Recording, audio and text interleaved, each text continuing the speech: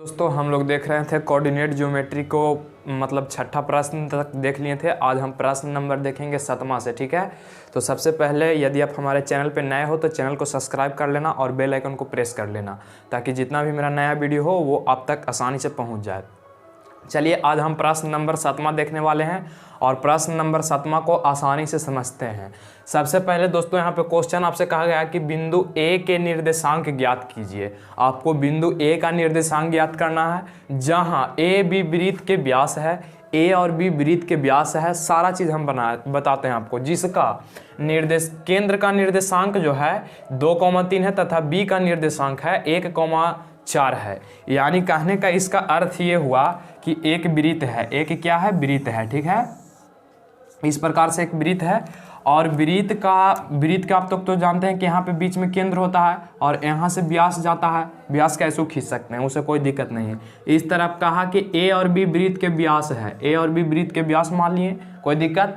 और कह दिया कि केंद्र, तक केंद्र को ओ मान लेते हैं। ठीक है, और केंद्र के निर्देशांक आपको दे दिया है कि केंद्र का निर्देशांक जो है 2,-3 है। ठीक है, और बी का निर्देशांक देखिए आपको से कह दिया बी का निर्देशांक, तब बी का निर्देशांक 1,4 है। बी का निर्देशांक कितना है भाई जी, तो 1,4 है। और ए का निर्देशांक आपसे पूछ रहा है कि ए का निर्देशांक क्या होगा, ये पता नहीं है। ठीक है, तो सबसे पहली बात आप बताइएगा कि मध्य बिंदु के अनुसार x1 y1 हम चुनेंगे तो a के अनुसार ये x1 होगा और ये y1 होगा और ये x2 होगा और ये क्या होगा, तो y2 होगा। ये क्या होगा, y2। तब ना ये निकलता है x और y के मान, जो केंद्र होता है उसका निर्देशांक निकलता है, आपको पता होगा। तो देखिए सबसे पहले आप क्या करिएगा इसमें कि यहाँ पे चुन लीजिएगा कि x1 कौन है और y1 कौन है। तो सबसे पहले यहाँ पे लिख दीजिएगा सोल्व। क्या लिख दीजिएगा, सोल्व लिख दीजिएगा। x1 नहीं पता है, y1 नहीं पता है। ठीक है, और x2 पता है कितना है 1 और y2 पता है कितना है 4 और x का मान 2 है और y का मान -3 है। ठीक है, x का मान कितना है, तो 2 है और y का मान -3 है। ये क्यों हुआ, जब मध्य बिंदु के हम फॉर्मूला लगाएंगे तब आपको समझ में आएगा। देखिए यहाँ पे लगाएंगे सबसे पहले भाई जी हम x बराबर फॉर्मूला जानते हैं मध्य बिंदु से, है ना, ए बी का मध्य बिंदु। ठीक है, ए बी का मध्य बिंदु से, ए बी का मध्य बिंदु से यहाँ लिख देंगे कि ए बी का मध्य बिंदु से। ठीक है ना, यहाँ तक लिख देंगे और लिख करके क्या लिखेंगे, जो देखिए समझिएगा। सबसे पहले x बराबर फॉर्मूला आपको पता होगा कि x बराबर मध्य बिंदु में फॉर्मूला होता है x1 + x2 बटा में 2। ये सभी लोग जानते हैं कि नहीं जानते हैं, जानते हैं। तो देखिए x का मान कितना दिया गया है, x के मान यहाँ से उठाइए और यहाँ ला कर बैठाइए, x के मान वहाँ से उठाइए और यहाँ ला के क्या करिए, बैठाइए। तो चलिए x का मान आपके पास 2 है, x का मान कितना है, 2 है। x1 का मान हमको पता नहीं है तो x1 के छोड़ देंगे। x2 के मान हमको पता है कि 1 है, नीचे बटन 2 है, तिरछा तिरछी कुछ नहीं है तो नीचे 1 और 1 तिरछा तिरछी गुना करिएगा तो आ जाएगा 2 में 2 से गुना करेंगे तो आ जाएगा कितना, पहले 1 में ही पूरा से गुना कर लीजिए तो x1 + o1 आ जाएगा बराबर 2 दूनी का कितना हो जाएगा 4। यानी x1 बराबर जब निकालेंगे तो 4 - o1 बराबर 3 आ जाएगा। x1 के मान तो हमको पता चल गया कि 3 आ गया, यहाँ तक पता चल रहा है ना सभी को। तो चलिए देखिए x1 के मान आप निकाल लिए हैं। अब जब आप निकालिएगा यहाँ पर नहीं पता चल रहा होगा नीचे तो ध्यान दीजिएगा, यहाँ पर लिख देते हैं x1 बराबर आ गया भाई जी 4 - 1 यानी x1 बराबर 3। ठीक है, पता अब तो चल रहा होगा। अब y बराबर फार्मूला होता है मध्य बिंदु में y1 + y2 बटा में 2 1 बटा ने 2 हो जाएगा। अब y के मान यहाँ से उठाइए और यहाँ ला के रखिए तो y के मान है -3 दे लेते, -3। y1 के मान आपको पता है नहीं तो y1 के छोड़ देंगे ऐसे ही, और y2 के मान पता है तो हाँ y2 के मान कितना है जो देखिए तो फटाफट, तो y2 के मान 4 है तो 4 अब बटा ने 2 क्रॉस मल्टीप्लिकेशन कर लीजिए इसमें इससे, तब y1 + y4 मतलब 4 आ जाएगा बराबर ये 4 अथी कितना हो जाएगा, गुना कर लीजिए 3 दूनी का -6 हो जाएगा। इधर से निकालिए y1 बराबर, तो यहाँ पे 4 प्लस में है, ई पट्टी भेजेंगे तो क्या हो जाएगा, माइनस में हो जाएगा। यानी -6 और -4 यानी y1 बराबर आ जाएगा -10। अतः यहाँ पे लिख देंगे कि अतः a का निर्देशांक कितना हो गया भाई जी, तो x के मान आया 3 और y के मान आया -10, यही आंसर आपका हो गया। ठीक है, तो इस प्रकार से निकालेंगे हम। यहाँ तक बात समझ में आ गया ना। यदि बीच वाला देले रहे तो समझिए वो x y के मान दिले है, और किनारा वाला जो दोनों होगा x1 y1 और x2 y2 का काम करेगा। तो इसका आप लोग एक स्क्रीनशॉट करिए, उसके बाद बढ़ते हैं क्वेश्चन नंबर 8 में, जो कि क्वेश्चन नंबर 8 बहुत ही महत्वपूर्ण प्रश्न है। ठीक है, तो इसको आप सबसे पहले एक स्क्रीनशॉट करिए, फटाफट स्क्रीनशॉट आप लोग करते रहिए, फटाफट एकदम जल्दी जल्दी। ठीक है, वहाँ पता तो चल ही रहा होगा। चलिए अब प्रश्न नंबर 8वां को देखते हैं और प्रश्न नंबर 8वां अच्छी तरीक़ा से समझते हैं। देखिए यहाँ पे कहा गया है आपसे कि यदि a और b क्रमशः, यानी a और b का निर्देशांक दे दिया गया है, a का निर्देशांक दिया है -2, -2 और b का निर्देशांक दिया है 2, -4 हो, तो बिंदु का निर्देशांक ज्ञात करें। ठीक है, बिंदु का निर्देशांक ज्ञात करें। यहाँ पे बिंदु जो दिया गया है तो P बिंदु यहाँ पे छूट गया है, यहाँ पे कर लीजिएगा P बिंदु का निर्देशांक। ठीक है ना, P बिंदु का निर्देशांक ज्ञात करें ताकि AP बराबर 3/7 AB हो और P रेखाखंड AB पर स्थित हो। समझ में आया नहीं आया? देखिए समझाते हैं। यहाँ पे एक रेखाखंड है भाई जी, उसका नाम है A और B। A और B यहाँ तक क्लियर है कि एक रेखाखंड है जिसका नाम A और B है, और कहीं पे बिंदु एक P स्थित है। कहीं पे एक बिंदु क्या है? P स्थित है। A या B का आपको निर्देशांक दे दिया है, का A का निर्देशांक 2, -2 है और B का निर्देशांक जो है 2, -4 है। यहाँ तक क्लियर है। और P का निर्देशांक आपसे पूछ रहा है, यानी कि P का जो निर्देशांक होगा क्या होगा ये हमको पता नहीं है। तो यहाँ पे हम कैसे निकालेंगे जो, और आपको एक शर्त दे दिया है कि AP बराबर 3/7 AB हो। ये तो बहुत बड़ा कन्फ्यूजन है कि नहीं? तो चलिए देखिए, सबसे पहले यहाँ पे हम क्या लिख देंगे? सोल्व लिख देंगे। ठीक है, सोल्व लिख देंगे, और जो दिया गया है ना भाई जी, जो दिया गया है उसी से आप चलिए। दिया गया है कि, तो क्या दिया है वो देखिए। तो आपको दे दिया है कि AP बराबर 3/7 AB। ठीक है, 3/7 AB दिया है। जरा गौर से देखिए कि A से B पर जा रहे हैं तो कितना दूरी तय हमको करना पड़ रहा है। तो पहले हमको जाए पड़ेगा A से कहाँ पर? P पर, और फिर P से कहाँ पर जाए पड़ रहा है? B पर जाए पड़ रहा है। तो यानी A से P और फिर P से B, ये दूरी तय कर रहे हैं, तब हम जा रहे हैं AB पर। कहाँ जा रहे हैं? AB पर जा रहे हैं। नहीं, देखिए यदि हमको A से B पर जाना है तो पहले हमको A से P भी पहुंचना होगा, उसके बाद P से B भी पहुंचना होगा। यानी A से P और ओरा में हम और दूरी तय किए कहाँ? P से B, तो दोनों दूरी जोड़ देंगे, तब कौन हमको प्राप्त हो रहा है? AB प्राप्त हो रहा है। यहाँ तक क्लियर है? तो देखिए, तो यहाँ हम AB के, AP है AP के छोड़ दीजिए, कोई दिक्कत नहीं है। 3/7 AB के हम क्या लिख सकते हैं? देखिए AB को हम ये लिख सकते हैं कि AP प्लस में PB। क्यों लिखें?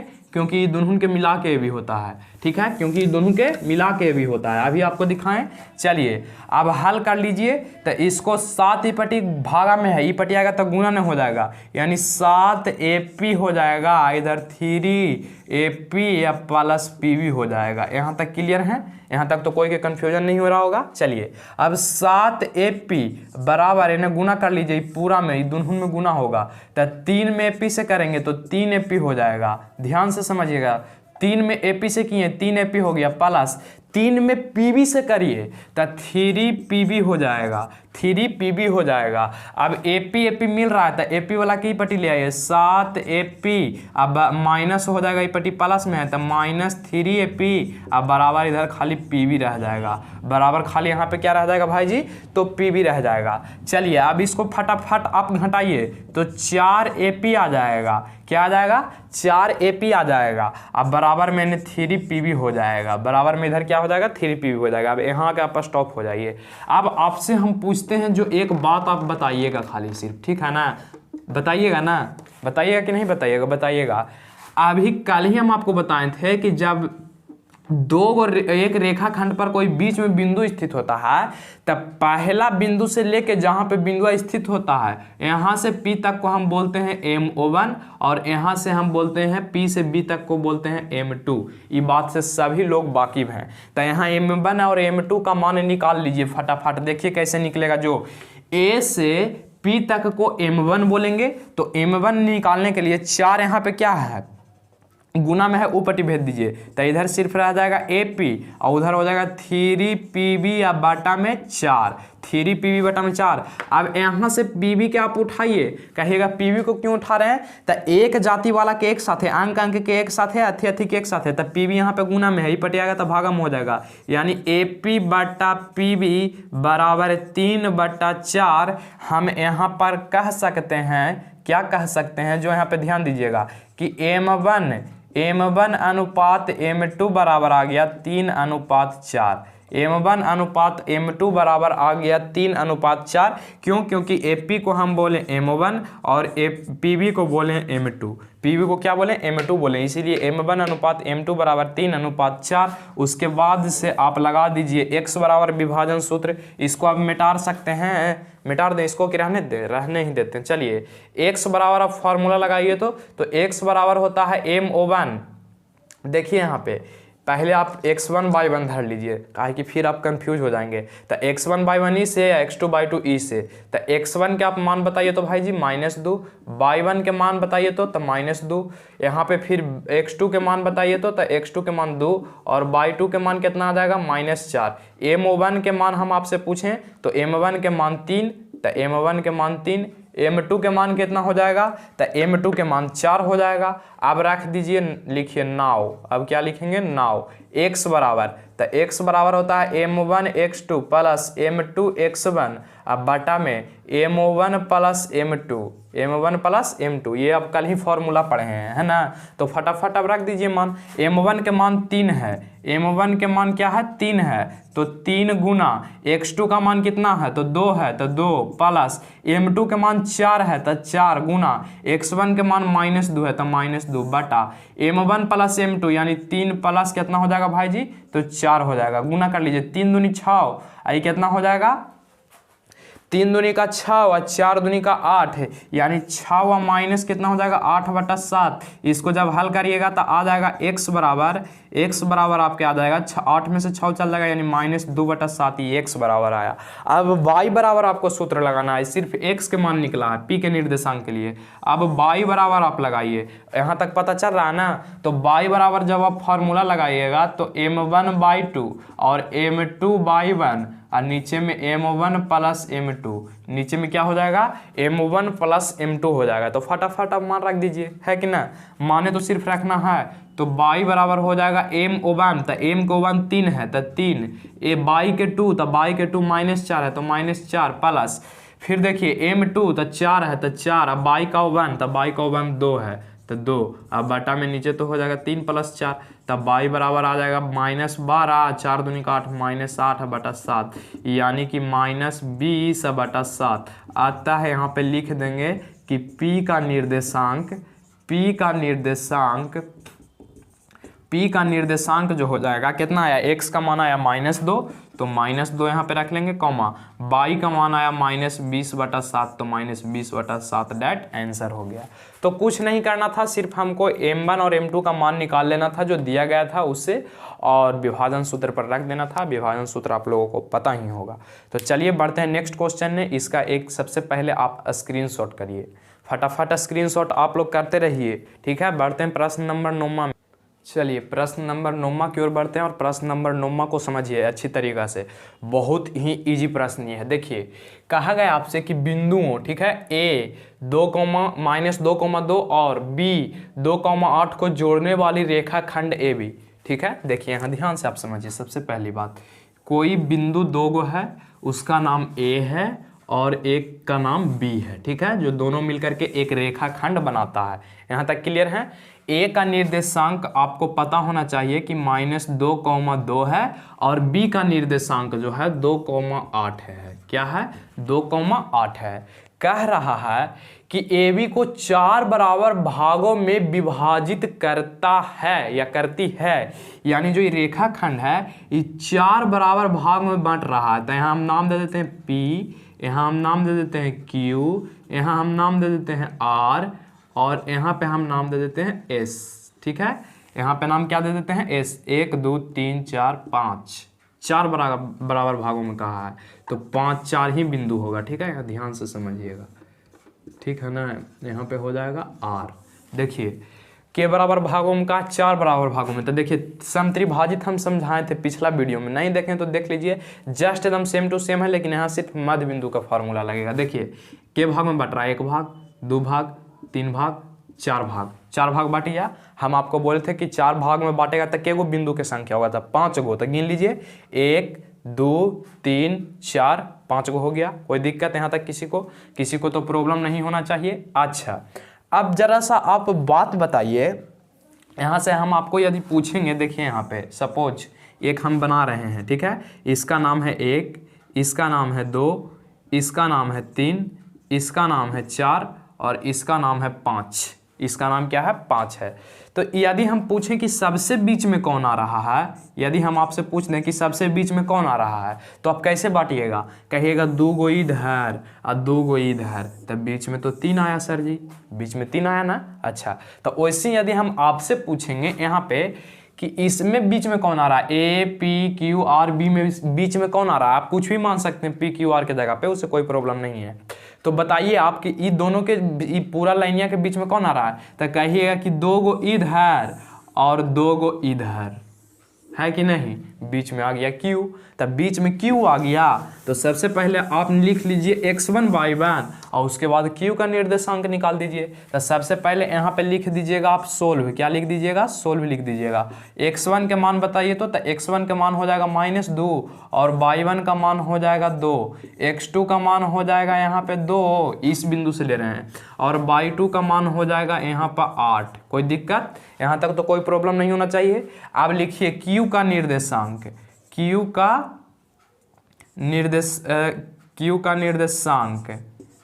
का निर्देशांक बराबर, ठीक है, Q का निर्देशांक।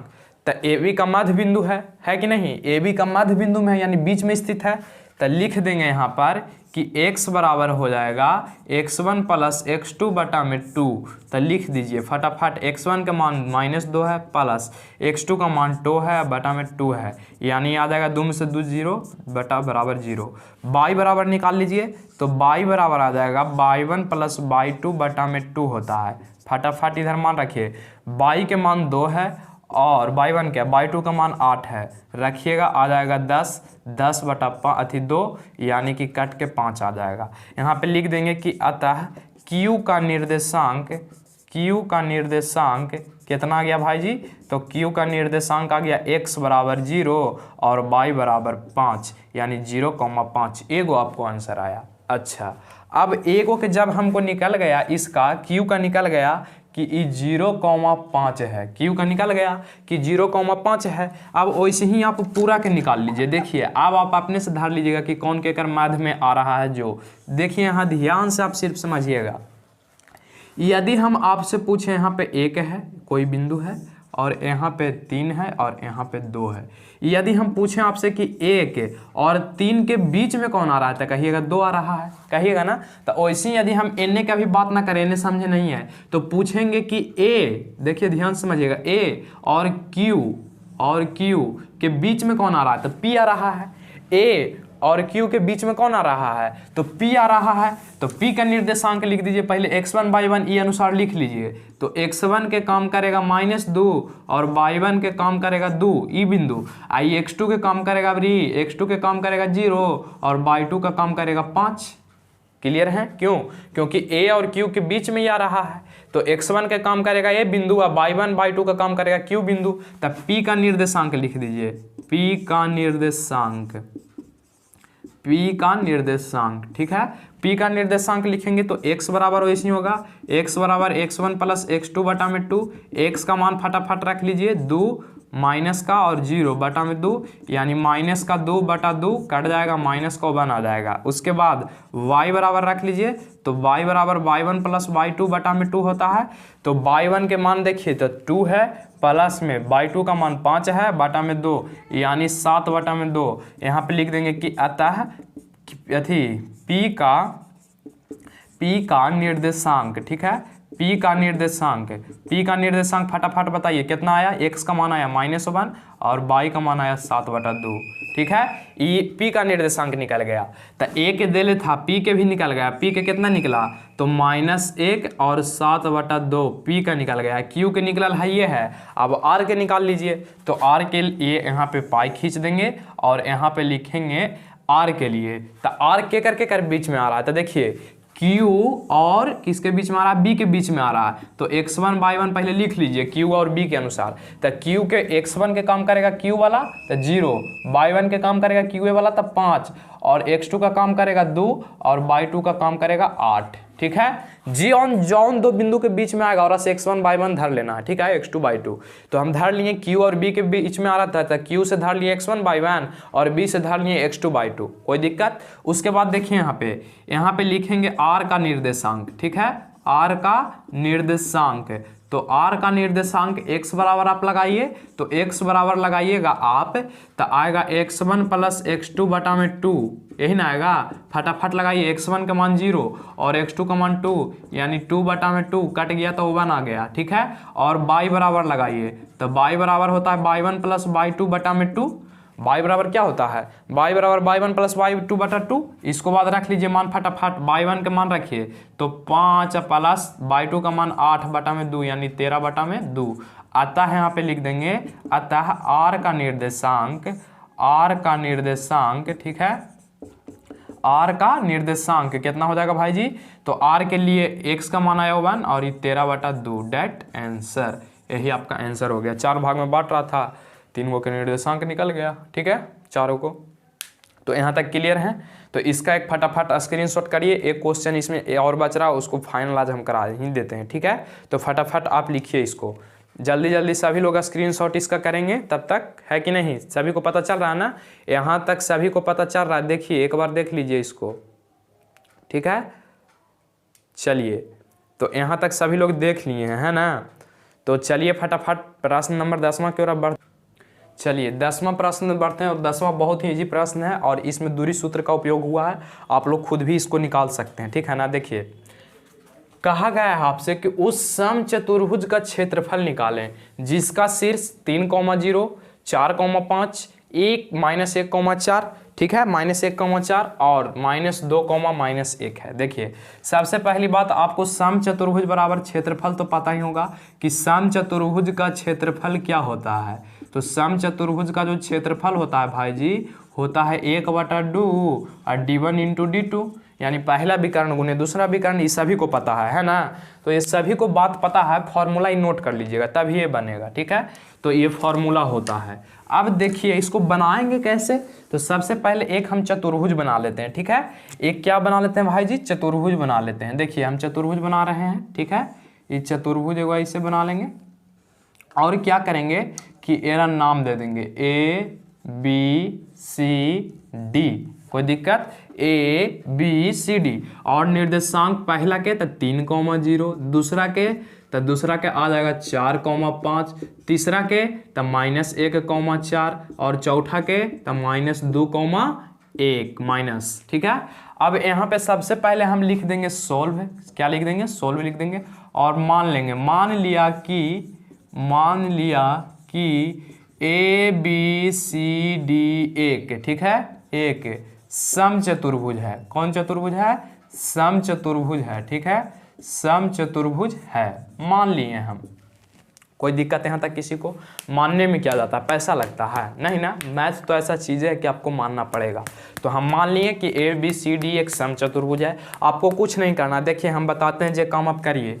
पहले आप A से देख रहे हैं, ए से सी की दूरी निकाल लीजिए कि ए से सी की दूरी क्या होगा, और फिर आप क्या करिएगा कि बी से डी की दूरी निकाल लीजिएगा। ठीक है, बी से कहाँ की दूरी निकाल लीजिएगा भाई जी, तो बी से डी की दूरी आप निकाल लीजिएगा। ठीक है ना, बी से डी की दूरी आपको क्या करना है, तो निकाल लेना है। तो चलिए सबसे पहले हम ए से सी की दूरी निकालते हैं। दूरी सूत्र तो सभी को पता होगा, तो ए से सी की दूरी यहाँ लिख देंगे, ए से सी की दूरी।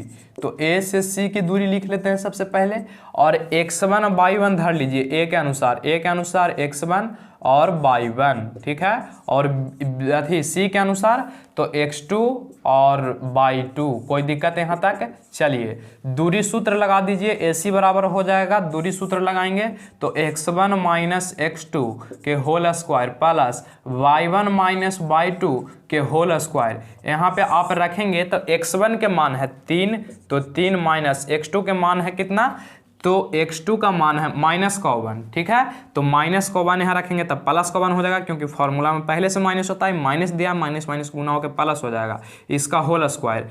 y1 के मान रखिए तो y1 के मान 0 है, और y2 का मान रख लीजिए, तब फॉर्मूला में माइनस है तो माइनस, y2 का मान 4 है, इसका होल स्क्वायर।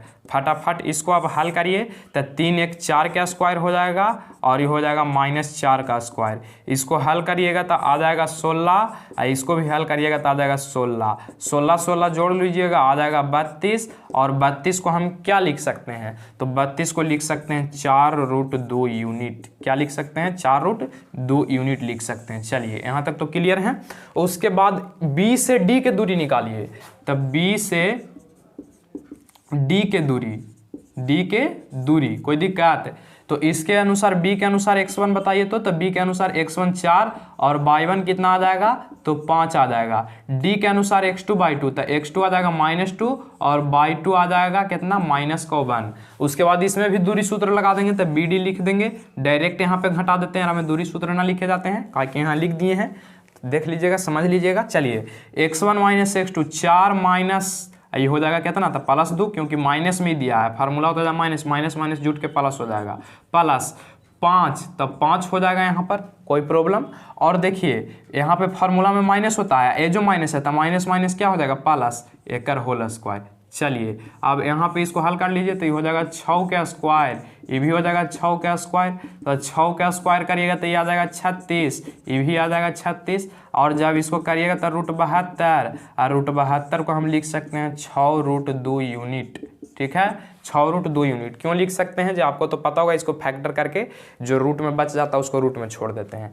अब यहाँ से लिखेंगे क्या, समचतुर्भुज का क्षेत्रफल। दोनों विकर्ण तो निकल गया भाई जी, विकर्ण दोनों क्लियर है ना, तो विकर्ण दोनों निकल गया है। तो अब यहाँ से हम क्या लिखेंगे, जो देखिए ध्यान दीजिएगा, अब दोनों चीज निकल ही गया है, तो यहाँ पे लिख देते हैं समचतुर्भुज का क्षेत्रफल। ठीक है, समचतुर्भुज का क्षेत्रफल। तो समचतुर्भुज का क्षेत्रफल जो होता है उसका फॉर्मूला लगा दीजिए, तो उसका फॉर्मूला क्या होता है, O1/2 into D1 into D2, O1/2 into D1 into D2। तो अब यहाँ पे रखिए, फटाफट रखिए, तो 1/2 D1 इंटू D2 यही ना है। चलिए 1/2 D1 के मान कितना है, पहला विकर्ण तो A से C गुना दूसरा विकर्ण तो B से D, दो को भी करने हैं तो B से D। चलिए फटाफट रखिए, 1/2 पहला विकर्ण AC, तो AC का आया 4√2 गुना, यहाँ पे रख लीजिए 7 कितना है 6√2, तो 6√2। चलिए फटाफट कर लीजिए, 4 में पहले 6 से गुना करिए तो 6 × 24, और √2 में देखिए समझिए, यहाँ पे √2 में √2 से गुना करेंगे तो √4 आएगा, और √4 के वर्गमूल 2 हो जाएगा, यानी कि √2 में √2 से गुना हुआ, ये √2 में √2 से गुना किए तो सिर्फ 2 आया। ठीक है, और 2 से 2 खत्म, यानी 24 यूनिट स्क्वायर आया, डेट आंसर। यही आपका क्या हो गया भाई जी, तो आंसर हो गया। तो ये बहुत ही इजी था, सिर्फ दोनों विकर्ण निकाल के कैलकुलेशन कर देना था सूत्र पर रख के। तो दोस्तों आपका 7.2 आज फिनिश हो गया है, कल हम देखेंगे 7.3, वो भी बहुत इजी है, त्रिभुज का क्षेत्रफल। तो चलिए आज के लिए बस इतना ही, थैंक यू।